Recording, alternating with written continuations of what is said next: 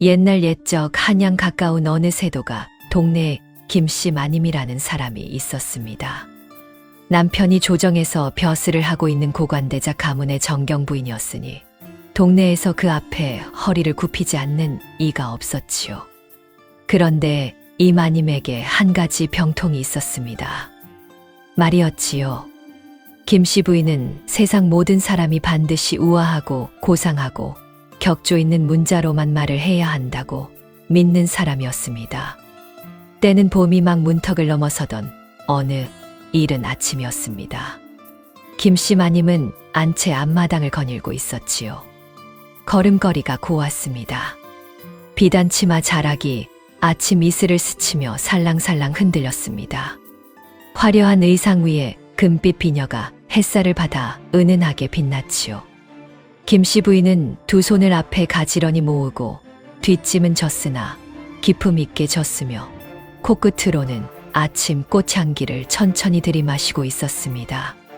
세상에 이보다 우아한 그림이 없다 마님 본인이 그렇게 생각하던 바로 그 순간이었지요. 담벼락 뒤에서 발소리가 들렸습니다. 달리는 소리였습니다. 아니, 달리는 것이 아니라 달리면서 동시에 엉덩이를 조이려 애쓰는 소리였지요. 드르르르 쿵.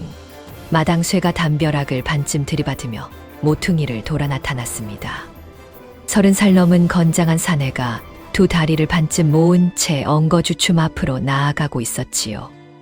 얼굴빛이 흑빛이었습니다. 이마에는 식은땀이 송글송글 맺혀 있었고 두 눈은 이미 이 세상 것이 아닌 사람처럼 허공 어딘가를 보고 있었습니다. 마님이 걸음을 멈추었습니다. 마당쇠가 마님을 보았습니다. 마님이 마당쇠를 보았습니다. 두 사람의 눈이 마주쳤지요. 마당쇠가 입을 열었습니다. 마님, 소인이 급히 뒤. 마님의 손이 번쩍 들렸습니다. 개 서거라. 낮고 단호한 한마디였지요. 마당쇠의 입이 닫혔습니다. 발이 멈추었습니다. 엉덩이만 계속 뭔가를 열심히 하고 있었지요. 마님이 천천히 마당쇠 앞으로 걸어왔습니다. 지금 내 입에서 나오려 했던 그 천한 단어. 예. 이 아침에 이 맑은 공기 속에 이 꽃향기 가득한 마당에서 예. 감히 마당쇠의 두 눈에 눈물이 맺히기 시작했습니다. 참고 있었지요. 온 힘을 다해 참고 있었습니다. 그런데 참는 힘이 지금 두 군데에서 동시에 요구되고 있는 것이 문제였습니다. 마님이 부채를 펼치셨습니다. 다시 말해보거라. 이번에는 기품 있게. 마당쇠가 이를 악물었습니다. 이마에 땀이 턱으로 흘렀지요. 두 무릎이 가늘게 떨렸습니다. 마님. 그래. 소인의 하복부에 마님의 눈썹이 조금 올라갔습니다. 합격이었지요. 하복부에 거대한 천하지대라니. 오, 좋아. 일어나 후방의 가죽문이. 가죽문, 그건 또 뭐냐? 괄약 아니옵니다. 소인의 후방 관문이 파열되기 일보 직전이옵니다. 마님. 마당쇠가 절규하듯 내뱉었습니다. 마님은 부채를 천천히 입 언저리에 가져다 대셨지요. 한 박자 뜸을 들이셨습니다. 마당쇠는 그 한 박자 동안 인생의 모든 것을 후회했습니다. 가거라. 마당쇠가 뛰었습니다. 뛰었다기보다는 날았습니다. 담장 모퉁이를 돌아 사라지는데 반 박자도 걸리지 않았지요. 그리고 곧이어 쾌앙 웅장하고 거대하고 당당한 소리가 저 뒤란 쪽에서 울려 퍼졌습니다. 안녕하세요. 찾아주셔서 감사합니다. 구독과 좋아요 부탁드립니다. 마님은 자리를 지키고 앉아 있었습니다. 눈 하나 깜짝하지 않았지요. 부채를 살랑살랑 흔들며 하늘을 한번 올려다보았습니다. 그리고 나지막하고 능청스럽게 한마디 했지요. 봄을 재촉하는 대지의 신음소리가 오늘따라 유독 웅장하구나. 멀리서 참새 한 마리가 불이 나게 날아갔습니다. 마당쇠 소동이 끝나고 1시경쯤 지났을 무렵이었습니다. 김씨 마님은 안채 별당으로 들었지요. 별당 안에는 비단 족자와 청화백자 화병, 가지런히 늘어선 연지분들이 가득했습니다. 김씨 부인이 화장 탁자 앞에 앉아 거울을 들여다보고 있었습니다. 바로 그때였습니다. 복도에서 조심스러운 발소리가 들렸지요. 오월이가 세숫대야를 두 손으로 받쳐 들고 들어왔습니다. 나이 20 남짓된 처자였지요. 눈빛이 또렷하고 눈치가 빠른 얼굴이었지만 마님 앞에서는 늘 숨을 고르고 말을 골라야 했습니다. 오월이가 탁자 앞에 무릎을 꿇고 대야를 내려놓았습니다. 그리고 입을 열었지요. 마님, 새순물 가지고 왔습니다요. 마당에 천둥이 친 것은 아니었습니다. 그러나 별당 안의 공기는 천둥이 친 것과 비슷하게 변했지요. 마님이 거울에서 눈을 뗐습니다. 천천히, 아주 천천히 오월이 쪽으로 고개를 돌렸지요. 방금 내 입에서 나온 것이 숫, 물. 마님이 한 글자씩 끊어 발음했습니다. 마치 그 발음 자체가 혀에 독을 바르는 것처럼 천천히, 조심스럽게, 그러나 분명하게. 오월이의 등이 굳었습니다. 아차 싶었지요. 이달만 벌써 3번째였습니다. 지난달에는 졸리십니까? 라고 했다가 심신이 선계로 향하려 하시옵니까? 가 아니라는 이유로 한식경을 마당에 서 있었고, 그 전달에는 날이 춥다고 했다가 천기가 불순하여 기온이 하강하고 있사옵니다. 로 고쳐 말하는 연습을 사흘 내리 했었지요. 그리고 오늘 또 하필 새순물이 나온 것이었습니다. 마님이 자리에서 천천히 일어났습니다. 이 귀가, 마님이 자신의 오른쪽 귀를 손끝으로 가리켰습니다. 상민의 언어를 두 자나 한꺼번에 들어버렸구나. 마님, 송구하옵니다. 송구라고. 내가 송구하면 이 귀가 원상복구되느냐? 새순물이라는 것은 장터 어귀에서 빨래하는 안악들이나 쓰는 말이다. 이 귀한 자리에서 새순물은 어수라 하거늘 감히. 마님의 목소리가 올라갔습니다. 오월이는 무릎을 꿇은 채 이마를 깊이 숙였지요. 속으로는 이를 악물었습니다. 어수가 임금님 드시는 물 아닌가요? 라는 말이 혀끝까지 올라왔지만 그것은 절대 나갈 수 없는 말이었습니다. 마님이 세숫대야를 손끝으로 밀었습니다. 대야가 마루 끝을 넘어 마당으로 내려가며 철썩하고 쏟아졌지요. 오월이가 눈을 감았습니다. 마당에 꿇어라. 마님의 목소리는 이미 다시 차분해져 있었습니다. 화를 낼 때보다 차분할 때가 더 무서운 법이었지요. 오월이가 마당으로 내려가 무릎을 꿇었습니다. 마당 흙이 축축했습니다. 쏟아진 물이 무릎 아래로 스며들었지요. 가을이 기울어가는 철이었습니다. 마당 돌바닥에 찬 기운이 무릎을 타고 올라왔지요. 마님이 별당 문 앞에 섰습니다. 유서필지. 오월이가 눈을 들었습니다. 궁중 문자 진람서다. 저 책장 2번째 줄 3번째 칸에 있다. 거기 담긴 어휘를 처음부터 끝까지 외워라. 내일 해가 지기 전까지. 오월이의 입이 반쯤 열렸습니다. 유서필지는 얇은 책이 아니었습니다. 궁중과 양반가에서 쓰이는 고아한 표현들을 빠짐없이 모아놓은 두께가 손가락 2마디는 되는 책이었지요. 내일 해가 지기 전까지라면 하루 만에 그것을 통째로 외우라는 뜻이었습니다. 마님, 그것은 조금 2자를 더 보탰구나. 마님이 천천히 돌아서며 말했습니다. 내일 해가 뜨기 전까지로. 문이 닫혔습니다. 오월이가 마당에 혼자 남았습니다. 찬 흙바닥 위에 무릎을 꿇고 앉아 손에 쥔 유서필지를 내려다보았지요. 언제 가지고 나온 것인지 손이 저절로 움직여 책장에서 빼어들고 있었습니다. 오월이가 첫 장을 폈습니다. 어수 임금께서 드시거나 쓰시는 물을 높여 이르는 말. 오월이의 눈이 잠시 멈추었습니다. 임금께서 드시거나 쓰시는 물. 세숫물을 높여 이르는 말이 아니었어요. 오월이가 별당 쪽을 슬쩍 바라보았지요.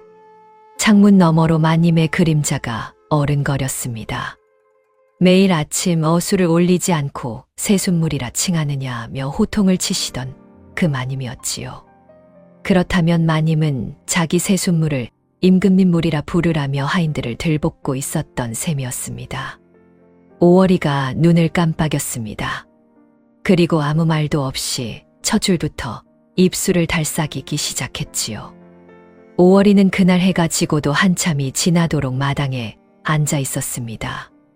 별이 뜨고 이슬이 내렸지요. 무릎이 저렸고 허리가 아팠습니다. 그래도 손에 쥔 책을 내려놓지 않았지요. 유서필지의 마지막 장을 덮은 것은 깊은 밤이었습니다. 그로부터 며칠이 지난 낮이었습니다. 한강물 위에 배 한 척이 떠 있었지요. 작은 배가 아니었습니다. 배전에 비단 휘장을 두르고 갑판 위에 돗자리를 깔고 그 위에 주안상까지 차려놓은 귀부인들의 뱃놀이 자리였지요. 선유라고 했습니다. 강 위에서 풍경을 즐기며 담소를 나누는 이 고을 사교계 부인들의 계절 행사였지요. 김씨 마님도 그 자리에 있었습니다. 비단 치마에 화려한 가채, 손에는 접은 부채를 들고 강바람을 맞으며 가장 우아한 자세로 앉아 있었지요. 오월이는 뒤편에 무릎을 꿇고 마님의 찻잔을 받들고 있었습니다. 자리에는 부인이 대여섯 있었습니다. 그 가운데 박씨 마님이 있었지요. 박씨 마님은 김씨 마님과 나이가 비슷한 귀부인이었습니다. 역관 가문 출신이라 재물이 넉넉했고 그 재물로 치장하기를 좋아하는 분이었지요. 오늘도 목에는 청나라에서 건너온 산호 목걸이를 두르고 손가락마다 금반지를 끼고 있었습니다. 부인들이 이런저런 이야기를 나누던 중이었습니다. 박씨 마님이 품속에서 작은 배곡합을 꺼냈습니다. 형님들, 이것 좀 보세요. 부인들의 눈이 쏠렸지요. 청나라 황실에서만 쓴다는 배곡가루랍니다. 지난번 남편이 연경에 다녀오면서 구해왔지요. 한 합에 은자 10냥이라 하던데 피부가 달라도 너무 달라졌어요. 박씨 마님이 합을 열었습니다. 하얗고 고운 가루였지요. 부인들이 탄성을 냈습니다. 어머, 이런 것이 다 있어요? 정말 곱네요. 박씨 마님. 피부가 어쩜 저리 환해요. 박씨 마님이 만족스러운 표정으로 합을 닫았지요. 그러다 김씨 마님 쪽으로 고개를 돌렸습니다. 형님은 요즘 피부 관리를 어떻게 하세요? 지난번에 뵐 때보다 눈가가 좀... 박씨 마님이 말끝을 흐렸습니다. 그러나 흐렸지만 뜻은 분명했지요. 눈가가 좀 주름이 늘었다는 말이었습니다. 배 위가 잠깐 조용해졌습니다. 김씨 마님의 손에 쥔 부채가 미세하게 멈추었지요. 그러나 마님은 표정 하나 흐트러뜨리지 않았습니다. 오히려 천천히 부채를 펼치며 강 쪽을 바라보았지요. 태생부터 흐르는 기품이 있는 사람은 따로 가루를 바르지 않아도 살결이 스스로 다스려진다고 하더군요. 물론 그것이 타고나는 것이라 구해서 되는 것은 아니지만 곱게 받아쳤습니다. 박씨 마님의 입꼬리가 살짝 올라갔지요. 맞는 말씀이에요. 그런데 형님 살결이 스스로 다스려지면 눈가도 그리 되어야 할 텐데 요즘 강바람이 좀 매서운가 봐요. 형님 눈가에 강바람 자국이 꽤 깊이 남았네요. 이번엔 칼을 날렸습니다. 부인들이 찻잔을 내려다보거나 강 쪽을 바라보거나 각자 바빠졌지요. 오월이는 뒤에서 그 장면을 보고 있었습니다. 마님의 등이 보였지요. 비단 도포 자락이 강바람에 살랑거리고 있었습니다. 굳은 것인지 의연한 것인지 등만 봐서는 알 수 없었지요. 뱃놀이가 끝나고 안채로 돌아온 것은 오후가 기울 무렵이었습니다. 마님이 별당 안으로 들어가는 것을 오월이가 뒤따랐지요.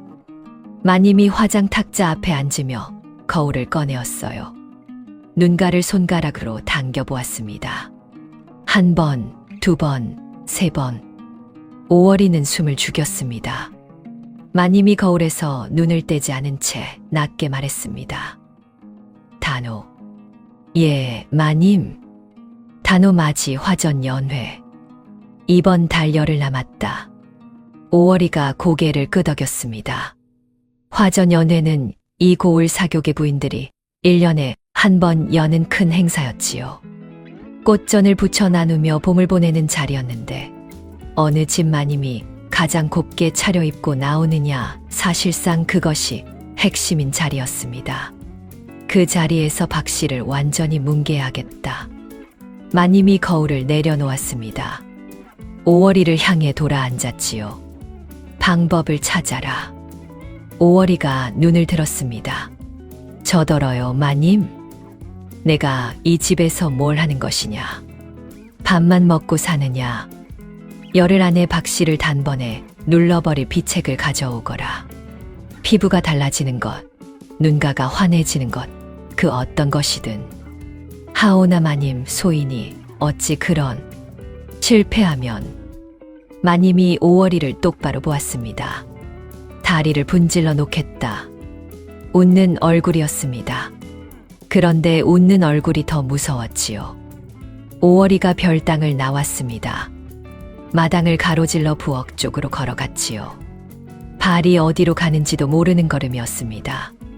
부엌 문을 닫았습니다. 아궁이 앞에 쪼그려 앉았지요. 꺼진 아궁이였습니다. 불씨가 없었지요. 차갑고 검은 재만 남아 있었습니다. 오월이가 그 재를 한참 바라보았습니다. 그러다 혼자 중얼거렸지요. 새순물 한마디에 유서필지를 외우고 이번엔 비책을 찾으라니. 말이 입 밖으로 나오니 더 억울했습니다. 비책이 어디 나무에 열려있나. 무슨 수로. 한숨이 절로 나왔습니다. 부엌 문을 열고 마당을 멍하니 바라보았지요. 해가 뉘엿뉘엿 기울고 있었습니다. 그날 밤이었습니다. 오월이는 잠자리에 들지 못했습니다. 하인 방 식구들이 하나둘 코를 골기 시작했지요. 오월이는 이불을 뒤집어 쓰고 누워 있었습니다. 그러나 눈이 감기지 않았지요. 다리를 분질러 놓겠다. 마님의 목소리가 귓가에서 떠나지 않았습니다. 비책을 찾아야 했습니다. 열흘 안에 박씨 마님을 단번에 눌러버릴 비책을 부엌대기 처자가 어디서 찾는단 말인지. 오월이가 이불을 걷었습니다. 조용히 문을 열고 마당으로 나왔지요. 달빛이 내려앉은 마당이었습니다. 별당 창문은 이미 어두웠지요. 그냥 서 있었습니다. 마당을 멍하니 바라보다가 발길이 외양간 쪽으로 흘렀지요. 딱히 이유가 있는 것도 아니었습니다. 그냥 걸었지요. 외양간 옆 거름더미 앞에 섰습니다. 냄새가 올라왔지요. 오래 쌓아둔 것이라 이미 바싹 말라 있었습니다. 달빛 아래 거무스름하고 고운 가루처럼 부서지는 것이었지요. 오월이가 그것을 내려다보았습니다. 그때였습니다. 불현듯 외할머니 목소리가 떠올랐지요. 두엄 냄새 맡고 자란 아이가 피부가 곱다고, 똥오줌이 묵으면 약이 된다고 시골 어른들은 다들 그렇게 말씀하셨습니다. 오월이가 거름더미를 다시 내려다보았습니다. 설마 싶었지요. 그런데 설마가 자꾸 머릿속에서 맴돌았습니다. 오월이가 쪼그려 앉았습니다. 거름더미를 손가락으로 조금 건드려 보았지요. 바싹 말라 고운 가루처럼 부서졌습니다. 할머니도 그러셨잖아. 혼자 중얼거렸지요. 그리고 잠깐 다리를 분질러 놓겠다던 마님 얼굴이 떠올랐습니다. 오월이가 눈을 깜빡였지요. 뭐 피부에도 좋다니까. 일어섰습니다. 부엌으로 가서 절구와 낡은 단지를 가져왔지요. 아궁이 안쪽을 긁어 검댕도 조금 모았습니다. 뒷마당 약초 단지 옆에 버려둔 약초 찌꺼기도 한 줌 집어들었지요. 마른 거름 가루를 절구에 넣고 곱게 빻았습니다. 쿵, 쿵. 빻을수록 고운 검은 가루가 되었지요. 냄새는 여전히 났습니다. 오래된 외양간 냄새였지요. 거기에 검댕을 섞었습니다. 색이 더 깊어졌지요. 약초 찌꺼기도 조금 넣었습니다. 냄새가 조금 복잡해졌지요. 약재 특유의 쓴 냄새와 거름 냄새가 뒤섞이니 묘하게 한약방 같은 것도 같고 외양간 같은 것도 같은 알 수 없는 냄새가 되었습니다. 오월이가 단지를 들여다보았습니다. 윤기가 없으면 명약처럼 보이지 않지. 부엌으로 들어갔습니다.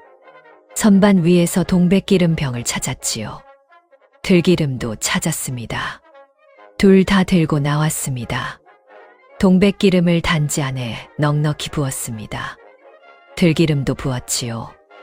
나무 막대기로 천천히 저었습니다. 서걱서걱 거름과 기름이 뒤섞이기 시작했습니다. 냄새는 여전히 지독했지만 달빛 아래 단지 안을 들여다보니 이상하게도 윤기가 돌기 시작했지요. 반들반들하고 검고 묵직한 것이 그럴싸해 보였습니다. 오월이가 막대기를 내려놓았습니다. 흑옥고 혼자 이름을 붙였습니다. 검은 오기름. 들어본 적 없는 이름이었지요. 그러나 들어본 적 없으니 오히려 좋았습니다. 단지 뚜껑을 닫았습니다. 그런데 문득 걱정이 들었지요. 마님이 냄새를 맡는 순간 끝이었습니다. 아무리 할머니 비방이라 해도 이것을 선뜻 얼굴에 바를 마님이 아니었지요. 오월이가 마당에 쪼그려 앉아 한참을 생각했습니다. 달이 구름 사이로 들어갔다 나왔지요. 외양간 소가 한 번 크게 숨을 내쉬었습니다. 그러다 오월이의 눈이 천천히 빛났지요. 유서필지였습니다. 며칠 밤을 새워 외운 그 책이 지금 이 순간 쓸모가 생긴 것이었지요. 단오 아침이었습니다. 마님이 화장 탁자 앞에 앉아 거울을 보고 있었지요. 이미 가채를 얹고 비단 도포를 걸친 차림이었습니다. 연회 준비를 다 마친 얼굴이었지요. 그런데 거울 속 눈가를 손끝으로 당겨보다가 멈추었습니다. 박씨 마님의 목소리가 귓가에 맴돌았지요. 눈가가 좀. 마님이 거울을 내려놓았습니다. 그때 오월이가 들어왔습니다. 두 손으로 자개함을 받쳐 들고 있었지요. 뚜껑에 국화 문양이 새겨진 함이었습니다. 오월이가 탁자 앞에 무릎을 꿇었지요. 마님, 소인이 비책을 구해왔습니다. 마님이 자개함을 내려다보았습니다. 눈빛이 달라졌지요. 가져왔구나. 예, 마님. 천상 흑옥고이옵니다. 마님의 눈썹이 올라갔지요. 들어본 적 없는 이름이구나. 그러하옵니다. 이 고을에서는 아무도 모르는 것이 없지요. 소인의 외할머니께서 평생 간직하신 비방이옵니다. 절대 바깥에 내놓지 말라 하셨는데 마님께서 워낙 다급하신 것 같아 소인이 염치를 무릅쓰고 만들어 왔사옵니다. 마님이 자개함을 바라보았습니다. 오월이가 목소리를 낮추었지요. 한 가지 여쭐 말씀이 있사옵니다. 마님. 말해보거라. 이 흑옥고는 고결한 혈통을 지닌 분만이 진양을 맡으실 수 있다 하옵니다. 혈통이 미천한 자의 코에는 그저 뒷간 냄새로 느껴진다고 소인의 외할머니께서 늘 그리 말씀하셨지요. 그러하기에 함부로 내놓지 못하는 비방이라 하셨사옵니다. 마님이 잠시 오월이를 바라보았습니다. 오월이는 무릎을 꿇은 채 고개를 숙이고 있었지요. 지극히 공손하고 지극히 순한 얼굴이었습니다. 마님이 자개함을 집어들었습니다. 오늘 연회에 이것을 바르고 나가겠다. 내가 직접 발라주거라. 예, 마님. 오월이가 무릎을 꿇고 자개함 앞에 앉았습니다. 손이 뚜껑 위에 얹혔지요. 잠깐 멈추었습니다. 그리고 천천히 열었습니다. 냄새가 올라왔습니다. 오월이가 고개를 살짝 옆으로 돌렸지요. 숨을 참았습니다. 마님이 눈을 감고 기다리고 있었지요. 오월이가 손가락으로 흑옥골을 조금 찍었습니다. 검고 번들거리는 것이 손끝에 묻어났지요. 냄새가 또 올라왔습니다. 오월이는 숨을 참은 채 마님의 이마에 그것을 펴 바르기 시작했습니다. 마님이 입을 열었지요. 향이 깊구나. 오월이가 아무 말도 하지 않았습니다. 그윽하고 묵직한 것이 예사로운 향이 아니야. 예, 마님. 볼 쪽으로 손을 옮겼습니다. 검은 것이 마님의 볼에 번들번들 펴졌지요. 마님이 코를 살짝 들이켰습니다. 태고의 난초 향이 이런 것이구나. 한 번도 맡아본 적 없는 향인데 어쩐지 깊고 고와한 것이 범상치 않아. 오월이의 손이 잠깐 멈추었습니다. 그리고 다시 움직였지요. 눈가도 발라라. 예, 마님. 눈가에 흑옥골을 폈습니다. 마님의 눈가가 검게 번들거렸지요. 목에도, 예, 목에도 발랐습니다. 손등에도, 예, 손등에도 발랐지요. 비단 도포 자락에도 조금 발라라. 온몸에서 향이 나야 제대로 된 것 아니겠느냐. 예, 마님. 오월이가 비단 도포 자락에도 흑옥골을 펴 발랐습니다. 마님이 거울을 들었습니다. 거울 속에 마님의 얼굴이 있었습니다. 이마부터 목까지 검게 번들거리는 얼굴이었지요. 동백기름이 햇살을 받아 반짝였습니다. 마님이 거울을 이쪽 저쪽으로 기울여 보았지요. 윤기가 도는구나. 예, 마님. 박 씨가 청나라 백옥 가루를 자랑했지만 이것과는 비교가 안 되겠어. 백옥 가루는 희기만 하지. 이것은 깊이가 있어. 색이 검은 것은 그만큼 정기가 깊다는 뜻이거든. 오월이가 고개를 더 깊이 숙였습니다. 마님이 자리에서 일어났지요. 거울을 한 번 더 들여다보았습니다.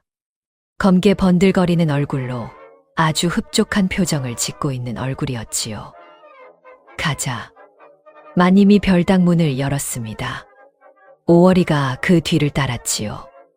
마당으로 나서는 순간 오월이는 눈을 한 번 질끈 감았습니다. 이제 돌이킬 수 없었습니다.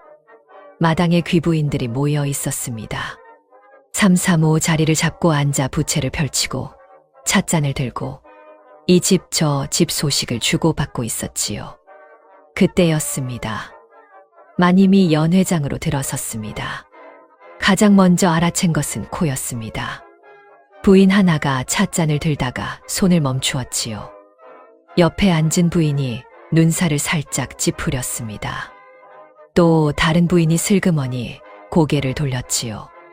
부채를 펼쳐 코 앞에 가져다 대는 부인도 있었습니다. 그러다 마님의 얼굴을 본 순간 부인들의 눈이 일제히 커졌습니다. 이마부터 목까지 검게 번들거리는 얼굴이었습니다. 비단 도포 자락에도 번들거리는 자국이 있었지요. 햇살을 받아 동백기름이 반짝였습니다. 마당이 잠깐 조용해졌습니다. 마님은 개의치 않았습니다. 오히려 더 꼿꼿하게 등을 펴고 걸어 들어왔지요. 부채를 우아하게 펼치며 자리를 잡았습니다. 바로 그때 박씨 마님이 들어왔지요. 자리를 잡고 앉다가 코를 한 번 실룩였습니다. 그러더니 천천히 고개를 들었지요. 김씨 마님의 얼굴을 보았습니다. 눈이 커졌다가 이내 입꼬리가 슬그머니 올라갔습니다. 형님, 오늘 얼굴이 좀 독특하시네요. 그리고 향이. 코를 찡그리려다 참았지요. 김씨 마님이 부채를 천천히 펼쳤습니다. 그리고 박씨 마님을 정면으로 바라보았지요. 그렇지요. 좋은 향은 아무나 맡을 수 있는 것이 아니랍니다. 천상 흑옥고라는 것인데 대대로 고결한 혈통을 이어온 분만이 진향을 알아보신다더군요. 혈통이 미천할수록 코가 둔해져서 아무리 귀한 향이라도 그저 뒷간 냄새로 느껴진다고 하지요. 그러니 이 향을 모른다 하시면 그것은 그것대로 민망한 일이 되는 것이고요. 박씨 마님의 얼굴이 굳었습니다. 형님, 그 향이 혹시 미천에서 난초향을 모르시는 게지요. 마님이 선공을 날렸습니다. 박씨 마님의 얼굴이 굳었지요. 주변 부인들이 일제히 눈치를 보았습니다. 가짜 양반으로 낙인 찍힐까 두려운 얼굴들이었지요. 한 부인이 먼저 코를 살짝 들이켜더니 눈물이 찔끔 나오려는 것을 꾹 참으며 고개를 끄덕였습니다. 저는 과연 은은한 난초 향이 납니다. 다른 부인도 얼른 거들었지요. 맞아요. 그윽하고 깊은 향이 나네요. 과연 범상치 않습니다. 또 다른 부인은 부채로 코를 가리면서도 고개를 끄덕였습니다.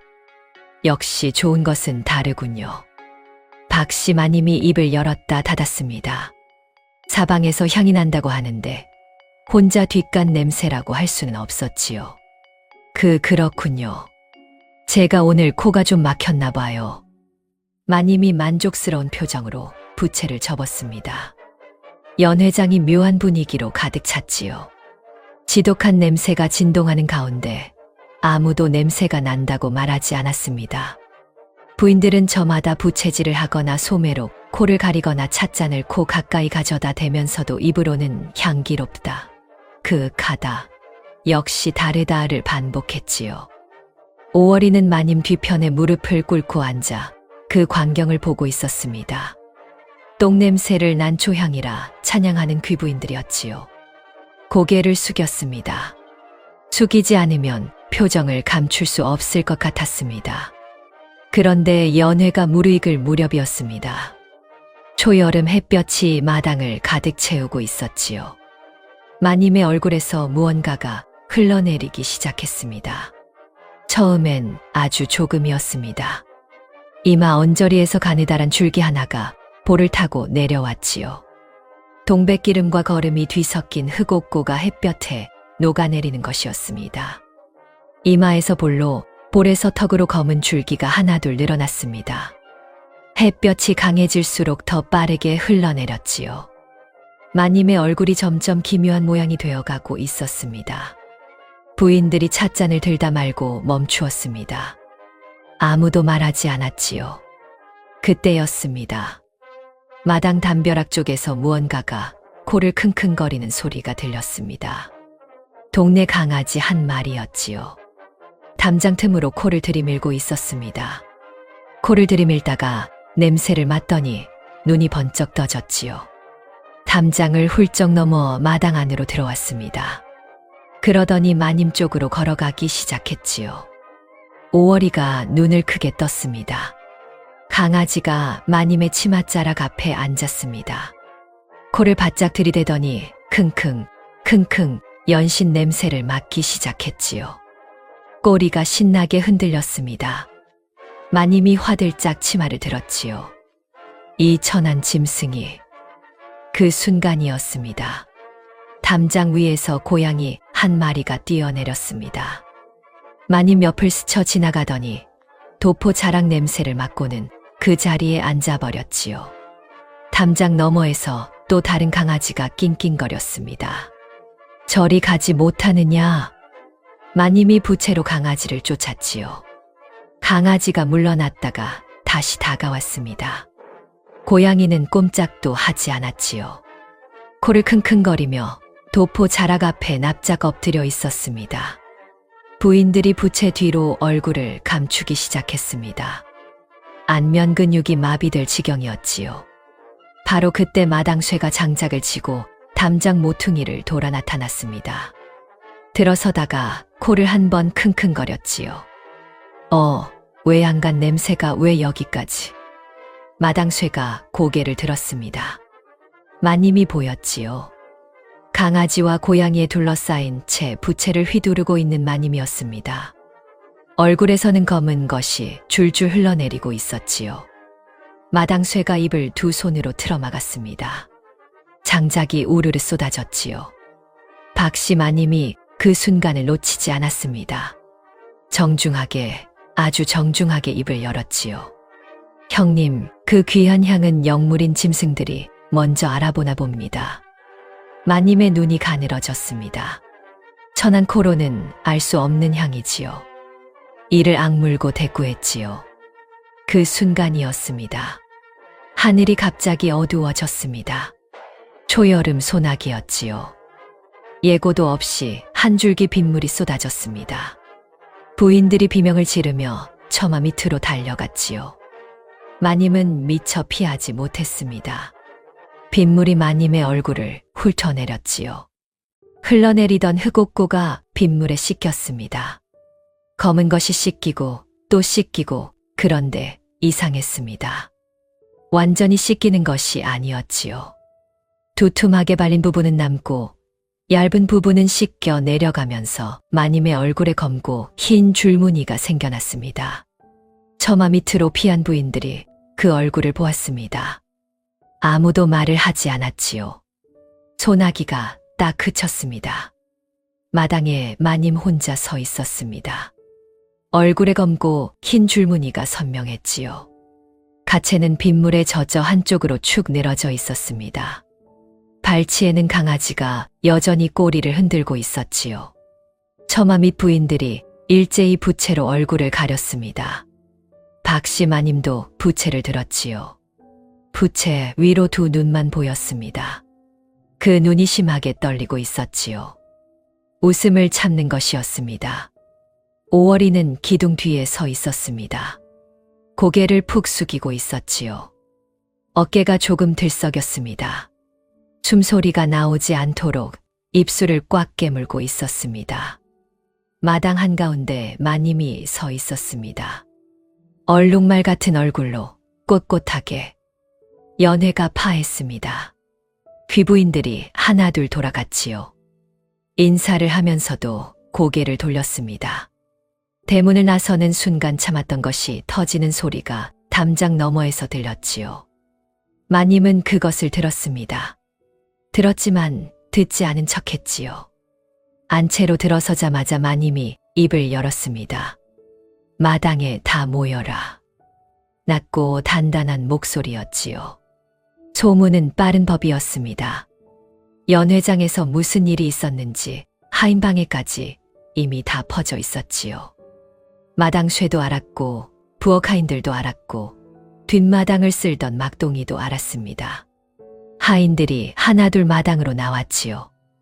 마님이 안채 마루 위에 섰습니다. 얼굴의 얼룩은 대강 닦아냈지만 완전히 지워지지 않았지요. 검은 줄무늬가 귀 언저리에 아직 남아 있었습니다. 비단 도포는 빗물과 기름이 뒤섞여 군데군데 얼룩져 있었지요. 마님이 마당을 훑어보았습니다. 하인들이 일렬로 서 있었지요. 고개를 숙이고 있었습니다. 그러나 눈빛들이 어딘가 흔들렸지요. 숨을 참고 있는 것이었습니다. 오월이. 마님이 불렀습니다. 오월이가 앞으로 나왔지요. 무릎을 꿇었습니다. 마당이 조용해졌습니다. 마님이 오월이를 내려다보았지요. 한참을 내려다보았지요. 오월이는 고개를 숙인 채 기다렸습니다. 내 인연. 낮게 시작했습니다. 감히 나를 속여 이 지경을 만들다니. 목소리가 올라갔지요. 이것이 정령 비책이란 말이냐? 내가 올린 그것이 무엇인지 알고나 있느냐? 하인들이 숨을 죽였지요. 마당쇠가 담벼락 쪽에서 눈을 내리깔았습니다. 마님의 손이 들렸습니다. 오월이의 뺨을 향해 손이 움직이려는 순간이었습니다. 오월이가 고개를 들었습니다. 눈이 마주쳤지요. 오월이가 입을 열었습니다. 마님, 황송하오나 한 말씀 여쭙겠사옵니다. 마님의 손이 멈추었습니다. 오월이가 계속했지요. 목소리가 낮고 차분했습니다. 소인이 처음 흑옥고를 올렸을 때 마님께서 직접 뚜껑을 여시고 태고의 난초 향이 깊고 그윽하다며 극찬하셨사옵니다. 마당이 조용했습니다. 그리고 오늘 연회장에서 이 고을 내로라 하는 부인들께서 모두 과연 은은한 난초 향이 난다. 그윽하고 범상치 않은 향이다 라고 증언하셨사옵니다. 소인의 귀로 똑똑히 들었습니다. 마님의 입이 열렸습니다. 그러나 말이 나오지 않았지요. 소인은 그저 마님의 고결한 고견을 따랐을 뿐이옵니다. 마님께서 좋다 하시니 좋은 것이고 향기롭다 하시니 향기로운 것이지요. 소인 같은 미천한 것이 감히 정경부인 마님의 안목에 돌을 달 수 있겠사옵니까? 마당에 긴 침묵이 흘렀습니다. 하인들이 고개를 숙이고 있었지요. 그러나 어깨들이 조금씩 흔들리고 있었습니다. 마당쇠는 담벼락을 향해 고개를 돌린 채 꼼짝도 하지 않았지요. 부엌 하인 하나는 앞치마로 입을 틀어막고 있었습니다. 마님이 오월이를 보았지요. 오월이가 마님을 보았습니다. 지극히 공손한 얼굴이었습니다. 눈빛도 흔들리지 않았지요. 목소리도 떨리지 않았습니다. 무릎을 꿇은 자세도 흐트러짐이 없었지요.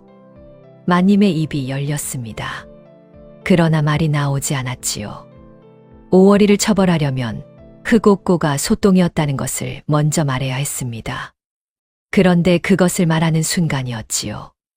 자신이 거름 가루를 얼굴에 바르고 난초향이라 황홀해했다는 것을, 그것도 모자라 연회장에서 이 고을 부인들 앞에 그 얼굴로 당당하게 나섰다는 것을 스스로 자인하는 꼴이 되는 것이었습니다. 그것도 하인의 입을 통해 온 가문에 퍼지게 되는 것이었지요. 마님의 손이 떨렸습니다. 무릎 위에서 천천히 주먹을 쥐었지요. 마당에 바람이 한 번 불었지요. 마님의 도포 자락이 살랑거렸습니다. 마님이 입을 열었습니다. 천천히, 아주 천천히 말이 나왔지요. 오호라. 목소리가 떨렸습니다. 과연 내 피부가 환골탈태하느라 멈추었습니다. 숨을 골랐지요. 잠시 얼룩이 진 것이로구나. 오월이가 고개를 숙였습니다. 네, 내 죄가. 마님의 눈에 눈물이 찼지요. 분한 눈물이었습니다. 억울한 눈물이었지요. 그러나 그 눈물을 흘릴 수가 없었습니다. 눈물을 흘리는 순간 억울하다는 것이 되고, 억울하다는 것이 되는 순간 속았다는 것이 되고, 속았다는 것이 되는 순간 소똥을 얼굴에 바른 것이 되어버리는 것이었지요. 마님이 눈물을 삼켰습니다. 없도다. 오월이가 이마를 마루에 닿을 듯 깊이 숙였습니다. 마님의 넓으신 아량에 감읍하옵니다. 마님이 고개를 돌렸지요. 모두 물러가거라. 하인들이 물러났습니다. 물러나는 발걸음들이 이상하게 빠르고 가벼웠지요. 담장 모퉁이를 돌아 사라지는 등들이 어딘가 들썩이고 있었습니다. 마님은 마루 위에 혼자 서 있었지요. 마당이 텅 비었습니다. 저녁 햇살이 마당을 가득 채우고 있었지요. 길고 긴 그림자가 마루 아래까지 드리워져 있었습니다. 마님이 천천히 안으로 들어갔습니다. 문이 닫혔지요. 며칠이 지났습니다. 마당에 아침 햇살이 내려앉았지요. 처마 끝에서 참새 한 마리가 짹짹거리다 날아갔습니다. 부엌 굴뚝에서 연기가 피어오르기 시작했지요. 그날의 일이 꿈이었던 것처럼 아침은 조용하고 평범했습니다. 별당 아니었습니다. 마님이 화장 탁자 앞에 앉아 있었지요. 장신구를 곱게 얹고 비단 도포를 걸치고 거울을 들여다보고 있었습니다. 그때의 일은 없었다는 듯 꼿꼿하고 단단하고 여전한 마님이었지요. 발소리가 들렸습니다. 부엌 하인 순동이었습니다. 17살 된 새내기 하인이었지요. 세숫대야를 두 손으로 받쳐 들고 조심조심 들어왔습니다. 그리고 무릎을 꿇으며 입을 열었지요. 마님, 새순물 가지고 왔습니다요. 마당에 천둥이 친 것은 아니었습니다. 그러나 별당 안의 공기가 순간 굳었지요. 마님이 거울에서 눈을 떼었습니다. 순동이를 향해 천천히 고개를 돌렸지요. 새순물. 입술이 열렸습니다. 바로 그 순간이었지요. 마님의 시선이 문 쪽으로 흘렀습니다. 문 밖이었습니다. 오월이가 복도를 지나가고 있었지요. 걸음을 멈추지 않았습니다. 그냥 지나가고 있었지요. 그런데 지나가면서 아주 잠깐 별당 쪽으로 눈길이 왔습니다. 마님과 눈이 마주쳤지요. 한 박자였습니다.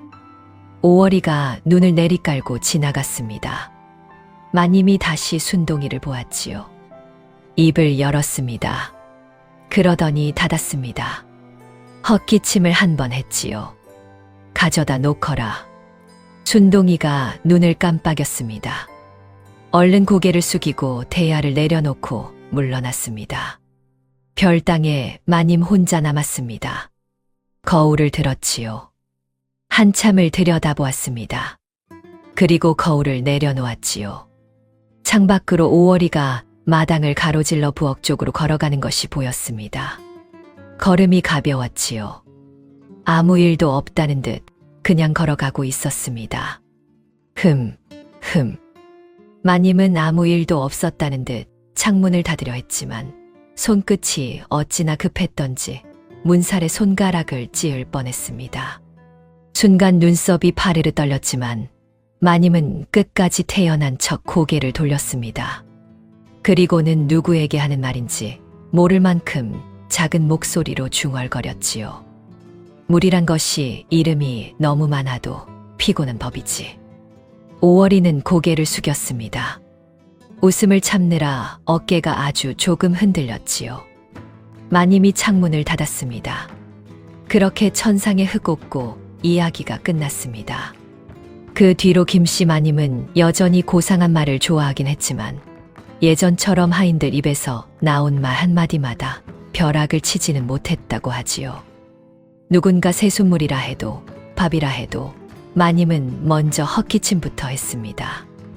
혹시라도 오월이가 저만치에서 비책이라는 두 글자를 꺼낼까봐 말입니다.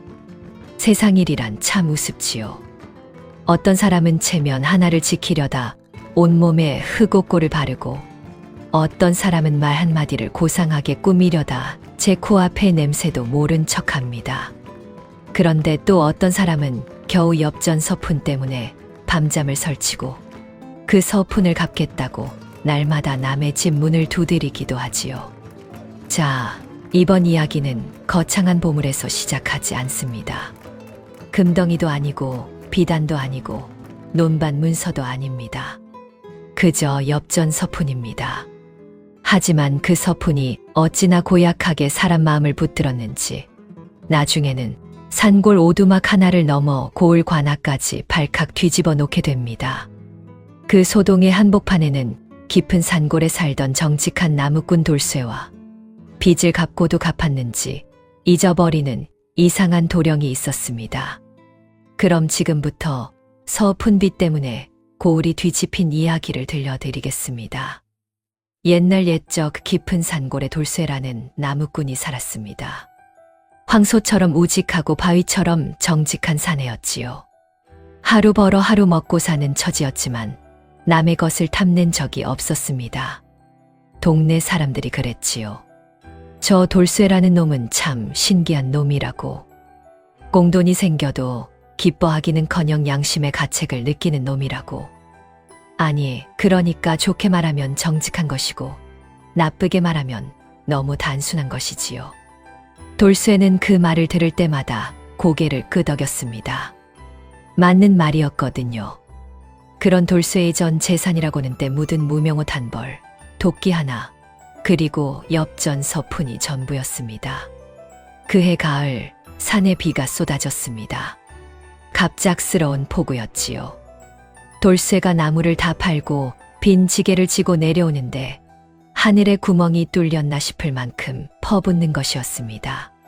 산길이 순식간에 물길이 됐지요. 개울이 허리춤까지 불어났습니다. 돌쇠가 개울 어귀에서 발이 묶였지요. 쪼그려 앉아 비나 그치기를 기다리고 있는데 저쪽 바위 틈에서 신음소리가 들렸습니다. 돌쇠가 고개를 돌렸지요. 비단 도포가 온통 진흙투성이가 된 젊은 사내였습니다. 발목을 붙들고 바위의 등을 기댄 채 앉아 있었지요. 수려한 얼굴이었는데 지금은 반쯤 사색이 돼 있었습니다. 눈빛이 어딘가 아득했지요. 멍하니 먼 대를 보고 있는 눈이었습니다. 항상 저러고 사는 사람인가 싶은 그런 눈빛이었지요. 돌쇠가 다가가 발목을 살펴보고 지게 작대기를 짚어주고 비가 덜 드는 자리로 옮겨 앉혔습니다. 사내가 말했지요. 고맙네. 나는 이 고을 맹진사대구의 아들 김도령일세. 맹진사대기라면 돌쇠도 알았습니다. 고을에서 모르는 이가 없는 최고 부잣집이었지요. 그 외아들이 비 맞은 생쥐꼴로 바위 틈에 끼어 있었던 것이었습니다. 개울 건너에 하인이 있을 텐데 나룻배 삭시 서푼이라네. 내게 지금 엽전이 없어서 자네 서푼만 빌려줄 수 있겠나? 돌쇠가 허리춤을 더듬었습니다. 엽전 주머니를 꺼냈지요. 열어보았습니다. 서푼이었습니다. 딱 서푼, 그것이 전부였지요. 돌쇠가 그 서푼을 한참 들여다보았습니다. 들여다봐도 서푼이었지요. 더 생기지 않았습니다. 돌쇠가 그것을 김도령의 손에 올려놓았습니다. 쓰시오. 김도령이 받았습니다. 잠깐 돌쇠를 바라보았지요. 아무 말 없이 고개를 한번 끄덕였습니다. 빗속에서 첫 만남은 그렇게 짧게 끝났습니다. 그날 밤 돌쇠는 자리에 누워 천장을 보았습니다. 서푼이 없어졌습니다. 전 재산이 없어진 것이었지요. 내일쯤 갚으러 오시겠거니 했습니다. 맹진사댁 도련님이라 하셨으니 서푼쯤은 우습지 않겠나 싶기도 했지요. 근데 또 안 오시면 어쩌나 싶기도 했습니다. 설마 잊어버리시는 건 아니겠지. 에이, 설마. 돌쇠가 눈을 감았습니다. 에이, 설마. 이튿날 밤 문 두드리는 소리가 났습니다. 돌쇠가 벌떡 일어났지요. 문을 열었더니 김도령이 서 있었습니다. 깨끗한 도포로 갈아입고 왔지요. 손에 엽전을 쥐고 있었습니다. 다행이었습니다. 오셨구나 싶어서 가슴이 내려앉았지요. 서푼 갚으러 왔네. 그리고 이자. 서푼의 이자까지 얹어주시는 것이었습니다. 돌쇠가 손을 내저었지요. 아이고, 이자는 괜찮소이다. 그냥 드린 것을. 아닐세. 하룻밤 패를 끼쳤으면 이자가 있어야지. 그게 도리 아닌가. 받으시게. 받았습니다. 감사하고 민망했지요. 괜찮은 분이시구나 싶었습니다. 이걸로 끝이겠구나 싶었지요. 그런데 말입니다. 사흘째 밤이었습니다. 또 두드리는 소리가 났습니다. 돌쇠가 눈을 번쩍 떴지요. 이상했습니다. 어제 다 갚으셨는데 왜 또 오시나 싶은 것이었지요. 혹시 이자를 너무 많이 주셨다 싶어서 도로 받으러 오시는 건 아닌가. 그런 거라면 드려야지 어쩌겠나. 문을 열었습니다. 김도령이 서 있었지요. 그런데 오늘은 달랐습니다. 어젯밤에 의젓한 도령이 아니었지요. 머리카락이 반쯤 흐트러져 있었고 도포 깃이 한쪽으로 삐뚤어져 있었습니다. 눈밑이 거뭇거뭇했지요. 그러면서도 눈빛만큼은 어찌나 초롱초롱한지 밤새 한숨도 못 잔 사람이 저렇게 눈을 빛낼 수 있나 싶었습니다. 잠은 못 잤는데 할 말은 잔뜩 있는 얼굴이었지요. 내가 어젯밤에 갚은 것이 맞소. 돌쇠가 고개를 끄덕였지요. 맞소이다. 이자까지 챙겨주셨지 않소이까. 기억이 없소만. 돌쇠가 멈추었습니다. 기억이 없으시다고요. 돌쇠 자신이 두 손으로 직접 받았는데 기억이 없으시다고요. 도령님, 여기 보시옵소서. 어젯밤에 기억에 없으면 안 갚은 걸세. 아니, 그게 받으시게. 또 엽전이 쥐어졌습니다. 돌쇠가 입을 열었지요. 뭐라 말하려 했습니다. 그런데 김도령은 이미 돌아서고 있었지요. 발소리가 멀어졌습니다. 어둠 속으로 사라졌지요. 돌쇠가 그 뒷모습을 바라보다가 손바닥을 내려다보았습니다. 엽전이 또 늘어나 있었지요. 받긴 받았습니다. 늘긴 늘었지요. 근데 이게 좋은 건지 나쁜 건지를 모르겠는 것이었습니다. 돌쇠가 자리에 앉았습니다. 무릎 옆에 놓인 나무 조각을 집어들었지요. 그리고 겨우겨우 배운 삐뚤빼뚤한 글씨로 긁어 쓰기 시작했습니다. 도령님 오심. 이미 갚으셨다 하니 기억 없다 하심. 아니 그게 하는 사이 저만치 각오 없으셨음. 돌쇠가 나무 조각을 내려놓았습니다. 멍하니 앉아 있었지요. 나흘째부터는 더 설명할 것도 없었습니다. 도령님은 날마다 오셨지요. 하루도 빠지지 않고 오셨습니다. 때로는 이자가 늘어 10푼이 됐고 때로는 단위를 착각하셨는지 엽전 한 줌이 됐지요. 어느 날은 시동을 시켜 보내셨고 어느 날은 한밤중에 몸소 오셔서 문을 두드리셨습니다. 돌쇠가 안 받겠다 하면 나를 파렴치 안으로 모느냐 하며 불같이 화를 내셨지요.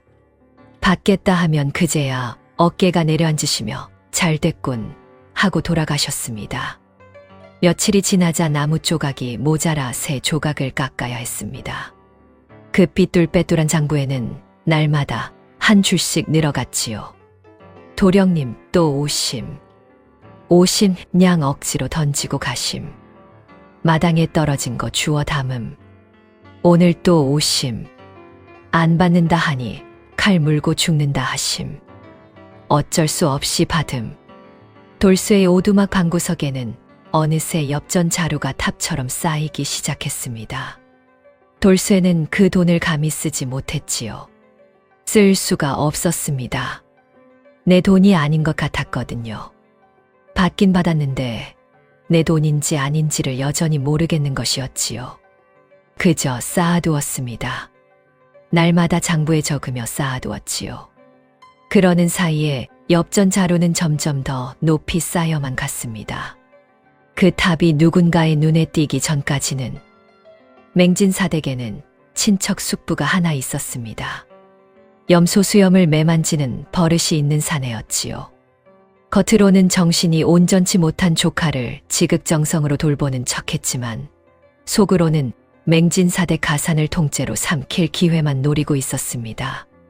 맹진사댁 살림과 금고를 도맡아 관리하는 자리에 있었으니 그 기회는 생각보다 많았지요. 숙부의 여우 같은 눈망울이 처음 돌쇠의 오두막 쪽을 향한 것은 엽전 자루가 제법 쌓이기 시작한 무렵이었습니다. 밤마다 도령님이 산골 오두막으로 향한다는 것은 맹진사댁 하인들 사이에서 이미 공공연한 이야기였지요. 숙부가 그 소문을 듣고 가만히 염소수염을 쓸었습니다. 그날 밤 숙부는 신복을 불렀지요. 사랑채 한쪽에 등잔 하나만 켜놓은 방이었습니다. 신복이 들어와 무릎을 꿇었지요. 도령님이 그 나무꾼한테 얼마나 갖다 바쳤는지 알아보았느냐. 예. 어림자 봐도 수백 냥은 될 것 같습니다요. 숙부의 눈썹이 올라갔습니다. 수백 냥. 도령님이 매일 밤 찾아가시니 하인들 말로는 나무꾼 오두막에 엽전 자루가 쌓이고 있다 합니다요. 숙부가 잠시 말이 없었지요. 등잔 불꽃이 한 번 흔들렸습니다. 그 나무꾼 놈이 도령님 병을 이용해 돈을 뜯어낸 것이로구나. 그렇게 볼 수도 있겠지요. 볼 수도 있는 게 아니야. 숙부가 천천히 고개를 들었습니다. 등잔 불빛이 염소수염 아래 그늘을 길게 드리웠지요. 그렇게 되는 거야. 신복이 잠시 숙부를 보았습니다. 그리고 고개를 숙였지요. 알겠습니다요. 숙부가 염소수염을 천천히 매만졌습니다. 어느새 머릿속에 그림이 다 그려진 얼굴이었지요.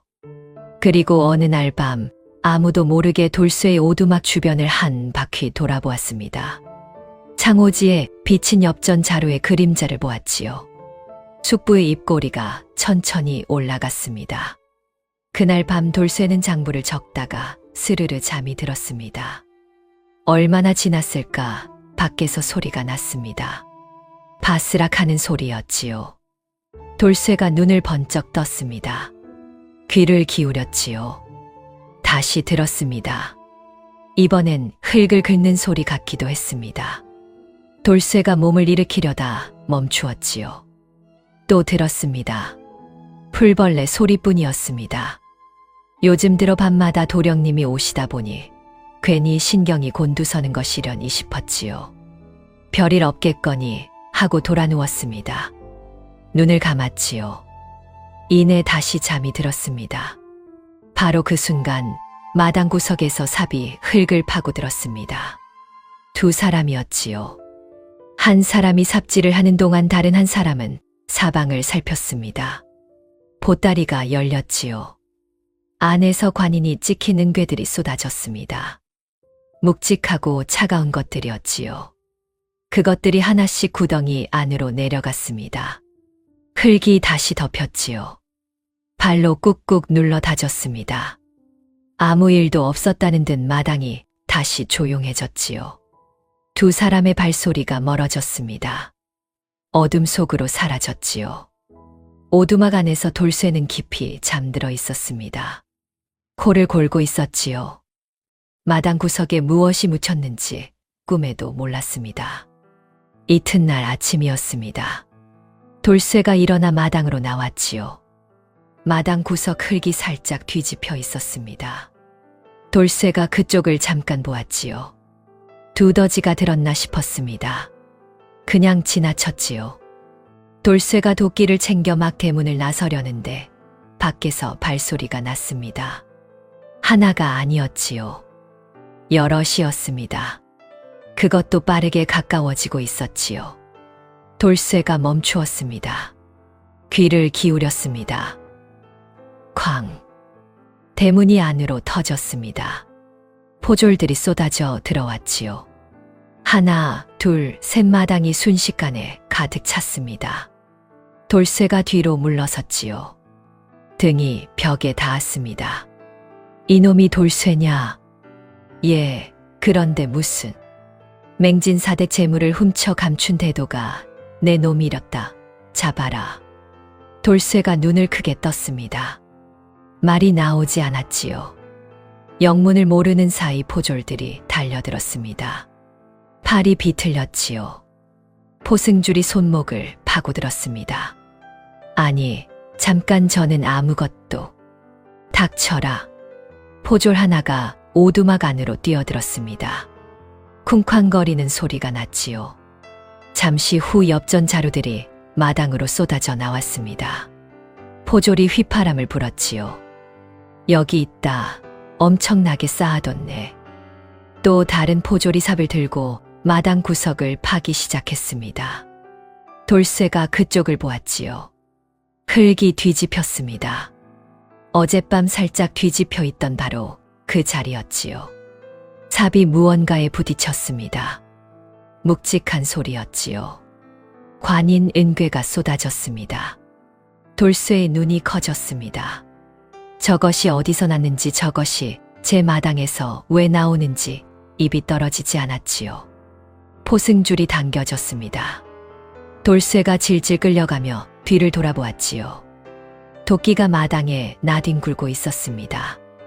오두막 문이 활짝 열린 채로 있었지요. 저만치 담장 밖에서 누군가 그 광경을 바라보고 있었습니다. 염소 수염을 매만지며 조용히 웃고 있었지요. 동원 마당은 서늘했습니다. 가을 햇살이 마당 돌바닥을 비추고 있었지요. 포졸들이 양쪽에 늘어서 있었습니다. 구경꾼들이 담장 밖에서 발끝을 세우고 있었지요. 사또가 동원 마루 위에 좌정했습니다. 그 옆으로 숙부가 슬그머니 자리를 잡았지요. 염소 수염을 매만지며 마당 한복판을 내려다보고 있었습니다. 마당 한복판에 돌쇠가 꿇어 앉아 있었지요. 포승줄이 손목을 파고들었습니다. 무릎 아래 돌바닥이 차가웠지요.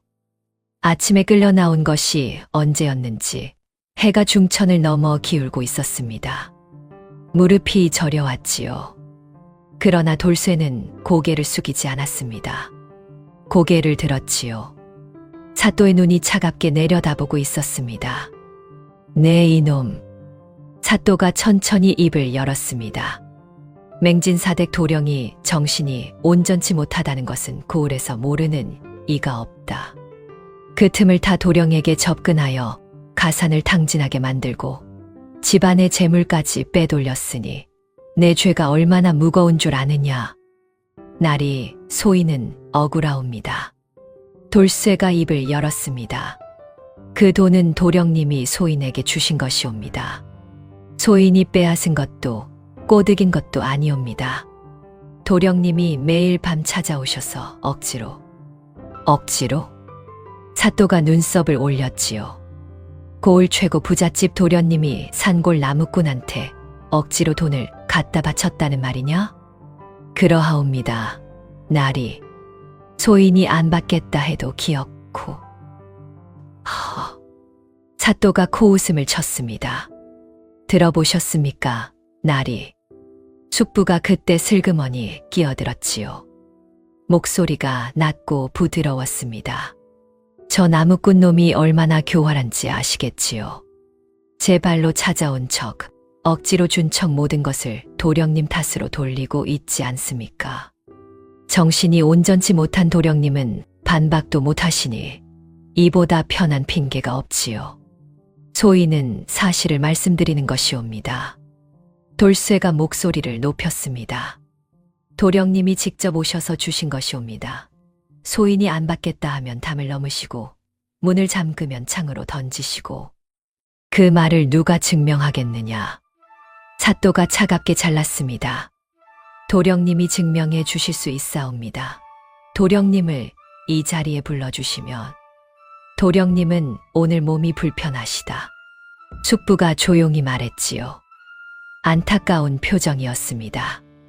워낙 심약하신 분이라 이런 소동을 들으시면 병이 더 깊어지실까 걱정이 됩니다. 나리께서 도령님을 배려해 주시면 감사하겠습니다. 사또가 고개를 끄덕였습니다. 돌쇠의 가슴이 철렁 내려앉았지요. 도령님을 부를 수 없다는 것이었습니다. 유일한 증인을 부를 수 없다는 것이었지요. 그리고 날이. 숙부가 한 발짝 더 나섰습니다. 저 나무꾼 오두막 마당에서 나온 관인 은괴를 보십시오. 엽전이야 도령님이 주셨다. 우길 수 있겠지요. 그런데 저 관인 은괴는 어찌 설명하겠습니까? 맹진사대 금고에 있어야 할 것이 저 나무꾼 마당에서 나왔으니 이것이야말로 명백한 증거가 아니겠습니까? 마당 한쪽에 은괴들이 쌓여 있었습니다. 햇빛을 받으시게 번쩍이고 있었지요. 사또의 눈이 그쪽으로 갔습니다. 그리고 돌쇠를 보았지요. 저것은 소인이 모르는 것이옵니다. 돌쇠가 외쳤습니다. 소인 마당에서 나왔다 하나 소인은 저것을 본 적도 없사옵니다. 누군가 몰래 묻어둔 것이 틀림없사옵니다. 몰래 묻어뒀다. 사또가 천천히 반복했습니다. 믿지 않는다는 눈빛이었지요. 그러하옵니다. 날이. 며칠 전 밤에 마당에서 이상한 소리가 들렸사옵니다. 그때는 대수롭지 않게 넘겼는데 지금 생각하면 그때 누군가 묻고 간 것이 틀림없사옵니다. 허허. 숙부가 혀를 찼습니다. 고개를 절레절레 흔들었지요. 날이. 들으셨습니까? 이제는 누군가 묻고 갔다고 하는군요. 저 나무꾼 오두막이 얼마나 깊은 산골에 있는지 아시지 않습니까? 밤중에 거기까지 찾아가서 은괴를 묻고 올 사람이 어디 있겠습니까? 말이 되는 소리를 해야지요. 사또가 팔짱을 꼈습니다. 눈이 가늘어졌지요. 돌쇠가 이를 악물었습니다. 말할수록 궁지에 몰리는 것이었지요.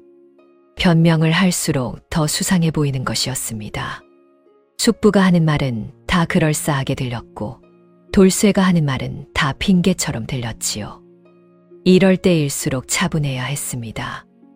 돌쇠가 숨을 한 번 골랐지요.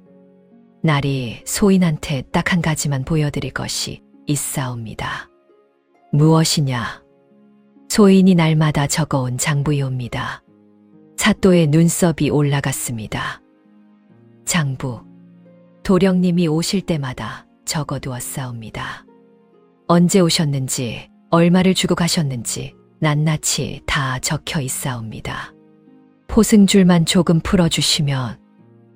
날이 숙부가 끼어들었지요. 이번엔 목소리가 조금 더 단호했습니다. 저 나무꾼이 지금 무슨 짓을 하려는 건지 아시겠습니까? 장부라는 것을 꺼내서 사또 나리의 눈을 흐리려는 것이지요. 나무꾼 놈이 적어둔 장부가 무슨 증거가 되겠습니까? 제 손으로 적은 것을 제가 들이밀면서 믿으라는 것 아닙니까? 사또가 잠시 생각하는 얼굴이었습니다. 돌쇠가 그 얼굴을 보았지요. 흔들리고 있었습니다. 숙부 쪽으로 기울고 있었지요. 입술이 바짝 말랐습니다. 할 말이 더 있었지요. 그런데 무슨 말을 해도 숙부가 막아설 것이었습니다. 도령님을 부를 수도 없었지요. 장부도 믿어주지 않겠다 하고 이제 정말 아무것도 없었습니다. 사또가 천천히 입을 열었습니다. 더 들을 것이 없다. 당장 곤장을 치기 전에.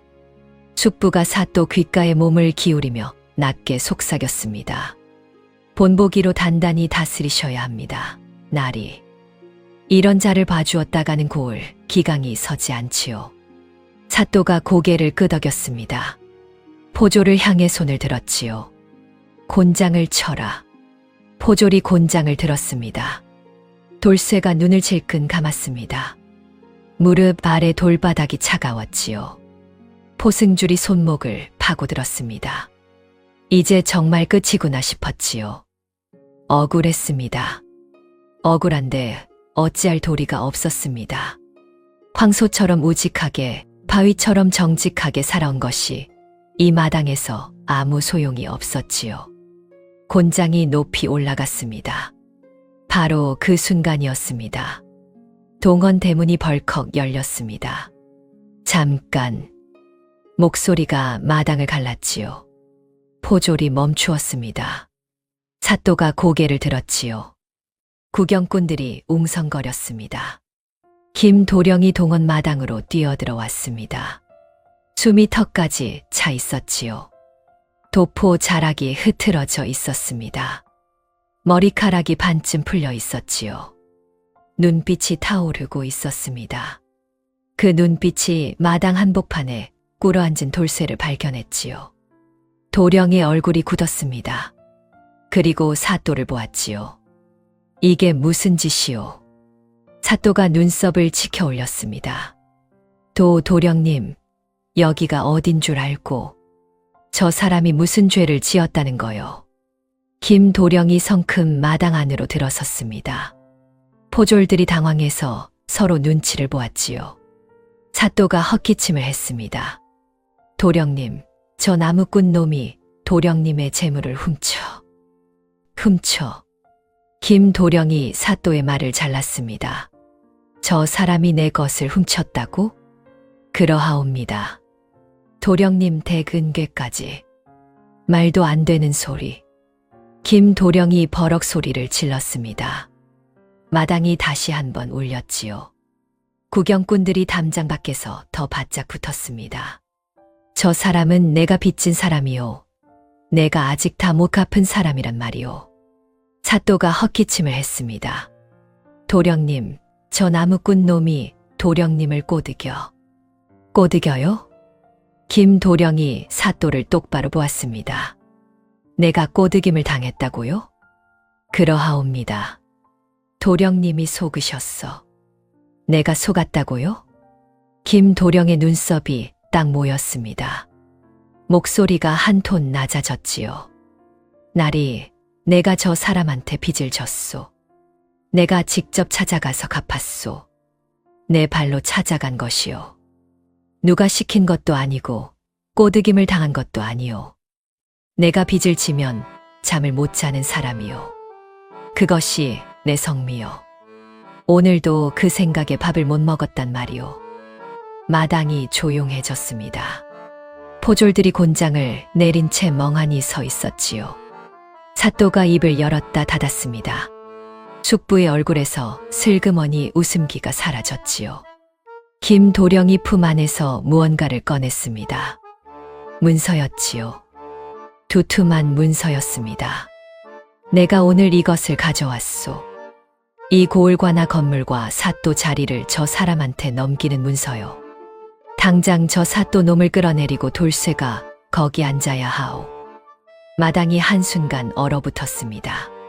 그리고 터졌지요. 구경꾼들이 담장 밖에서 폭소를 터뜨렸습니다. 포졸 하나가 웃음을 참느라 고개를 숙였지요. 사또가 벌개진 얼굴로 자리에서 반쯤 일어났습니다. 숙부가 황급히 사또 쪽으로 몸을 기울이며 뭔가를 속삭였지요. 바로 그때였습니다. 돌쇠가 움직였습니다. 꿇어앉은 채로 품 안에 손을 넣었지요. 포승줄에 묶인 손이었지만 간신히 닿았습니다. 손끝에 익숙한 것이 잡혔지요. 나무 조각이었습니다. 날마다 긁어 적어온 그 삐뚤빼뚤한 장부였지요. 돌쇠가 그것을 꺼내 마당 바닥에 내려놓았습니다. 사또 나리. 낮은 목소리였지요. 그런데 마당이 조용해진 탓에 들렸습니다. 사또가 돌아보았지요. 도령님이 소인에게 주신 돈은 여기 적혀 있는 대로입니다. 날마다 받을 때마다 적어두었지요. 소인이 받은 것이 얼마인지, 언제 받은 것인지 낱낱이 다 여기 있사옵니다. 돌쇠가 나무 조각을 들었습니다. 사또 쪽으로 내밀었지요. 그런데 날이 저 관인 은괴는 여기 장부에 없사옵니다. 도령님이 소인한테 주신 것은 엽전이었지요. 관인 은괴를 들고 오신 적이 없사옵니다. 그렇다면 저 은괴는 어디서 난 것이겠사옵니까? 누군가 소인 마당에 몰래 묻어두고 소인한테 뒤집어 씌운 것이 아니겠사옵니까? 마당이 조용했습니다. 사또가 나무 조각을 받으시게 들었지요. 삐뚤빼뚤한 글씨였습니다. 그런데 날짜마다 금액마다 꼼꼼하게 적혀 있었지요. 도령님 또 오심. 오심 냥 억지로 던지고 가심. 마당에 떨어진 거 주워 담음. 오늘 또 오심. 안 받는다 하니 칼 물고 죽는다 하심. 어쩔 수 없이 받음. 사또가 그 장부를 천천히 읽어 내려갔습니다. 읽으면 읽을수록 표정이 달라졌지요. 그러다 고개를 들었습니다. 눈이 숙부 쪽으로 향했지요. 숙부의 얼굴이 굳어 있었습니다. 염소 수염이 미세하게 떨리고 있었지요. 사또가 천천히 입을 열었습니다. 저 관인 은괴 원래 어디 있던 것이냐? 숙부가 얼른 웃음을 만들어 보였습니다. 날이 그야 맹진사대 금고에서. 맹진사대 금고 열쇠는 누가 가지고 있지? 숙부의 입이 멈추었습니다. 장부는 누가 관리하지? 염소 수염이 다시 한 번 떨렸지요. 사또가 포졸을 향해 말했습니다. 저자의 처소를 당장 뒤져라. 숙부가 벌떡 일어섰습니다. 날이 이건 말도 안 되는. 끌어내려라. 포졸 둘이 숙부의 팔을 잡았습니다. 숙부가 버둥거렸지요. 염소 수염이 사방으로 흔들렸습니다. 끌려가면서도 뭔가를 외쳤지만 아무도 듣지 않았지요. 숙부의 처소에서는 오래 걸리지 않았습니다. 괴짝 안에서 장부가 나왔지요. 숙부가 은밀히 적어온 진짜 횡령 장부였습니다. 맹진사대 금고에서 빼돌린 날짜, 금액, 방법 낱낱이 적혀 있었지요. 숙부가 스스로 적어둔 것이었습니다. 치밀한 사람이었으니까요. 자신이 얼마를 챙겼는지 잊지 않으려고 스스로 장부를 적어두었던 것이지요. 자신이 판 함정에 자신이 빠진 것이었습니다. 숙부가 동원 마당으로 끌려 나왔습니다. 이번엔 숙부가 마당 한복판에 꿇어 앉았지요. 아까 돌쇠가 앉아있던 바로 그 자리였습니다. 포졸이 곤장을 들었지요. 사또가 장부를 받아 들었습니다. 펼쳤지요. 첫 장을 읽었습니다. 두 번째 장을 읽었지요. 세 번째 장을 읽다가 멈추었습니다. 마당이 조용했습니다. 사또가 천천히 고개를 들었지요. 숙부를 보았습니다. 숙부가 마당 한쪽에 포졸들에게 붙들린 채 서 있었지요. 아까의 능청스러운 얼굴이 아니었습니다. 핏기가 빠져 있었지요. 이것이 내 것이냐? 날이 그것은 내 것이냐고 물었다. 숙부가 입술을 깨물었습니다. 염소 수염이 미세하게 떨렸지요. 사또가 장부를 탁자 위에 내려놓았습니다. 끌고 가라. 이번엔 숙부가 아무 말도 하지 못했습니다. 포졸들이 팔을 잡았지요.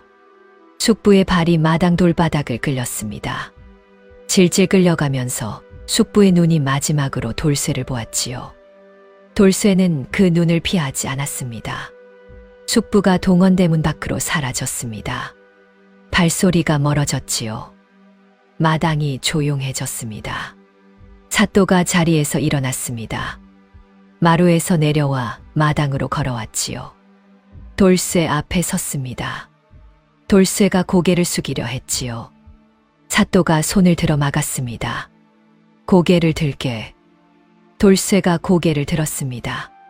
사또가 돌쇠를 한참 바라보았지요. 그러더니 천천히 말했습니다. 억울했겠구나. 짧은 말이었습니다. 그런데 그 짧은 말이 돌쇠의 가슴 어딘가를 건드렸지요. 돌쇠가 입술을 꾹 눌렀습니다. 아무 말도 하지 않았지요. 사또가 포졸을 향해 말했습니다. 압수한 엽전을 모두 돌려드려라. 예, 나리. 그리고 사또가 잠시 멈추었습니다. 돌쇠의 삐뚤빼뚤한 장부를 다시 한번 내려다보았지요. 이 장부 잘 간직하게. 오늘 이 자리에서 가장 큰 일을 한 것이 바로 이것이니. 돌쇠가 두 손으로 장부를 받았습니다. 나무 조각이었지요. 겨우 배운 삐뚤빼뚤한 글씨로 가득한 나무 조각이었습니다. 대단한 것이 아니었지요. 그냥 날마다 있었던 일을 적어둔 것이었습니다. 그런데 그 보잘것없는 나무 조각이 오늘 이 마당에서 모든 것을 뒤집어 놓았지요. 돌쇠가 그것을 품 안에 넣었습니다. 마당이 서서히 흩어지기 시작했습니다. 포졸들이 물러섰지요. 구경꾼들이 담장 밖에서 웅성거리며 돌아갔습니다. 사또가 동원 안으로 들어갔지요. 마당에 가을 햇살만 남았습니다. 돌쇠가 그 자리에 서 있었지요. 포승줄이 풀린 손목을 내려다보았습니다.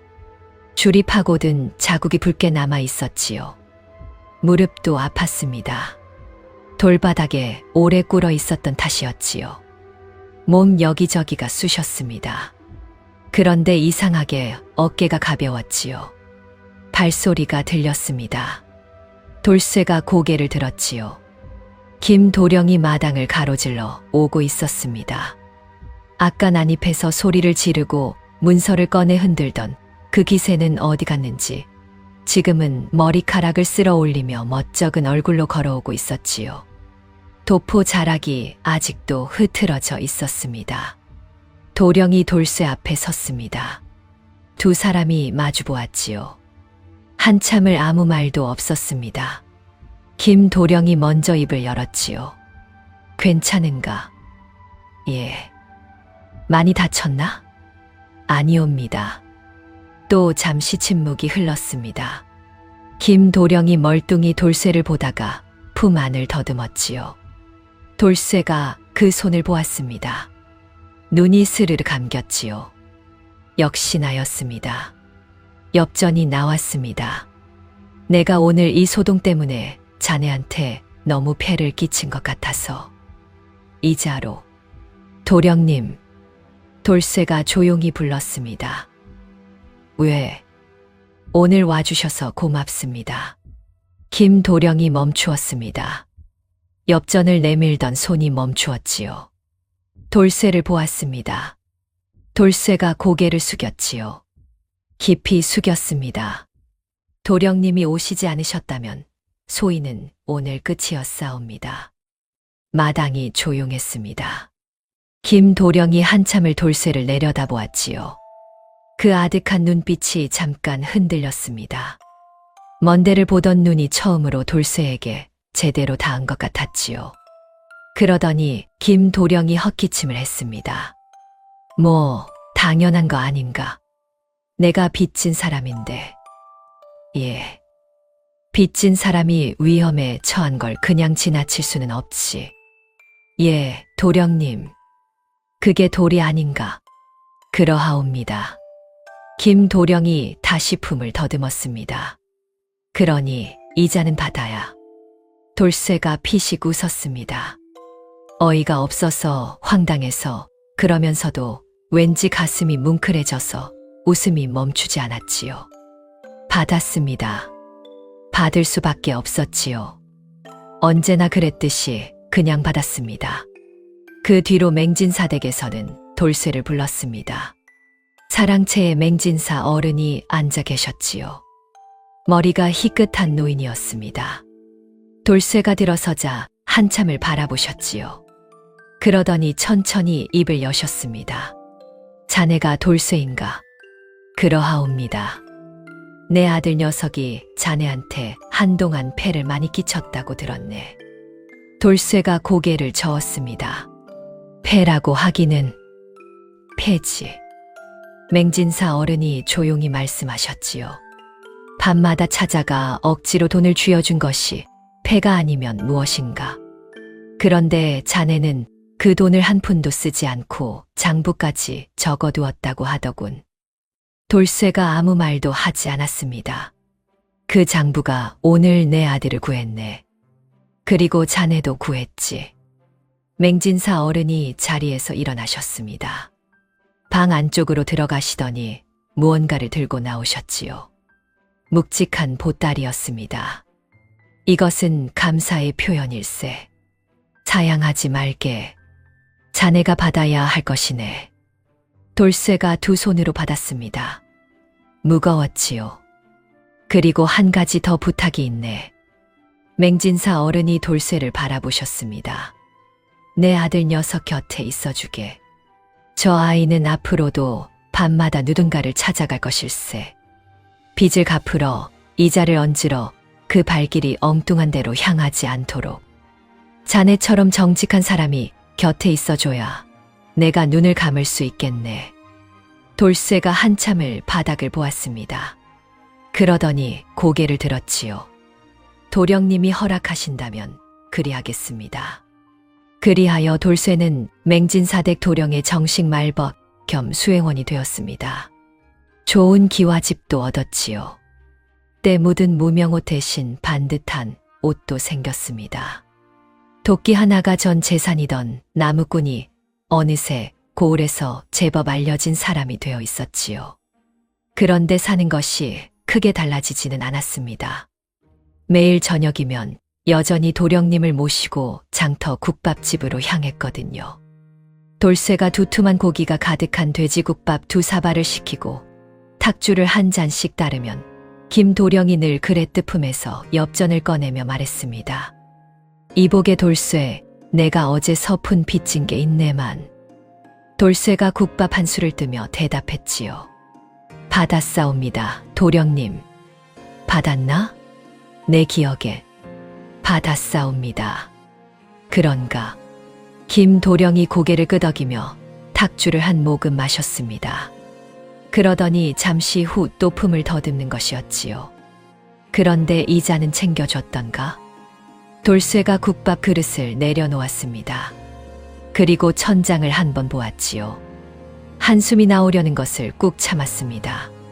그러더니 탁주잔을 들어 한 모금 마셨지요. 받았사옵니다, 도령님.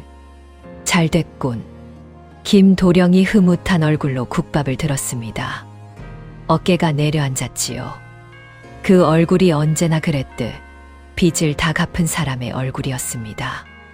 돌쇠가 그 옆 얼굴을 슬쩍 보았지요.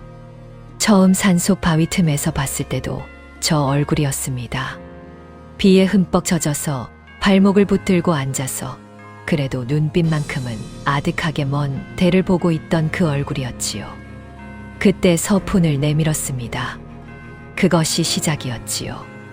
서푼이었습니다. 그 서푼이 이 모든 소동을 만들었고 이 자리까지 데려왔지요. 돌쇠가 탁주잔을 들었습니다. 혼자 조용히 한 모금 마셨지요. 국밥집 안이 따뜻했습니다. 국물 끓는 소리가 났지요. 장터 사람들이 오가는 소리가 문 밖에서 들렸습니다. 저녁 햇살이 문창호지를 붉게 물들이고 있었지요. 두 사람은 말없이 나란히 앉아 국밥을 먹었습니다.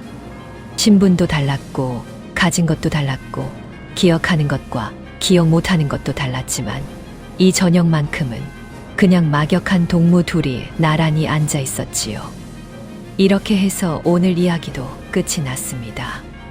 오늘 만난 오월이도 돌쇠도 처음부터 큰 소리 치는 사람들은 아니었습니다.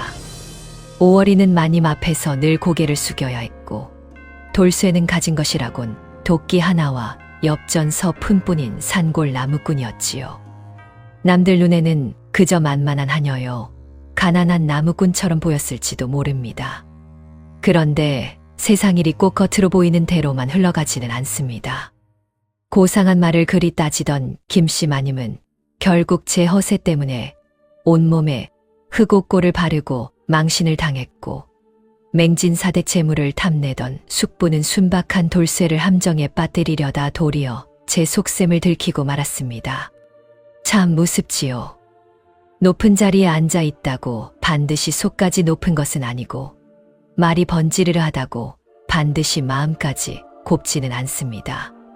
반대로 조용히 참고 있던 사람, 손해보며 사는 것처럼 보이던 사람도 끝내 제 몫의 한마디를 하게 되는 순간이 있습니다. 그때가 오면 잘난 척하던 사람의 체면은 생각보다 쉽게 무너지고 우직하게 살아온 사람의 진심은 생각보다 단단하게 남는 법이지요. 오늘 이야기가 잠시나마 피식 웃음이 되고 답답한 마음을 조금 풀어주는 시간이 되었으면 좋겠습니다. 오늘도 함께해 주셔서 감사합니다. 다음 이야기에서도 웃음 나고 속 시원한 해학 야담으로 다시 찾아뵙겠습니다. 감사합니다.